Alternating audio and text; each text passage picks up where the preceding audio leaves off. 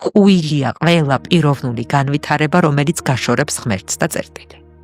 ყვილია ყველაფერი. თუ მე მან თუ ამ გზამ ტაძრისკენ არ მიმიყვანა.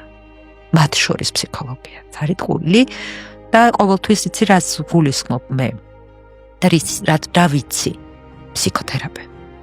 სულიერების გარეშე. იმ სულიერების რისიც მას წამს.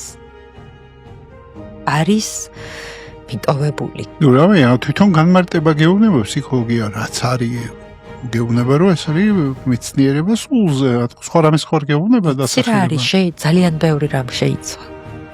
თანამედროვე სამყაროში როცა ათეიზმის მარადიული პროპაგანდა ჟღერს. აქ ცოტა სხვა სიღრმისეული საკითხებია, პრობლემებია. ხო, ჩვენ არ გვიყვარს სიტყვა პრობლემის გამოყენება და გამოწვევას ვიყენებთ, მაგრამ მე ამას ვხედავ როგორც პრობლემას. მასობრივი პროპაგანდა ადამიანი დაშორდეს ღმერთს.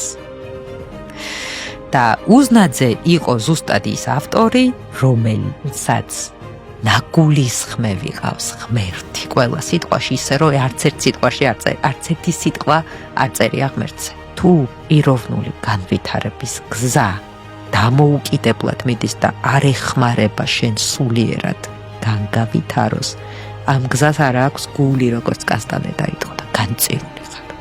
კი, მოკლებადიანი მიზნებისთვის გამოგადგება გზა, რომელსაც ღმერთის გული არ აქვს და შენ სულიერად არ ვითარდები და არ იზრდები, მაგრამ გრძელვადიან დისტანციაში არ გეყოფა ეს გზა.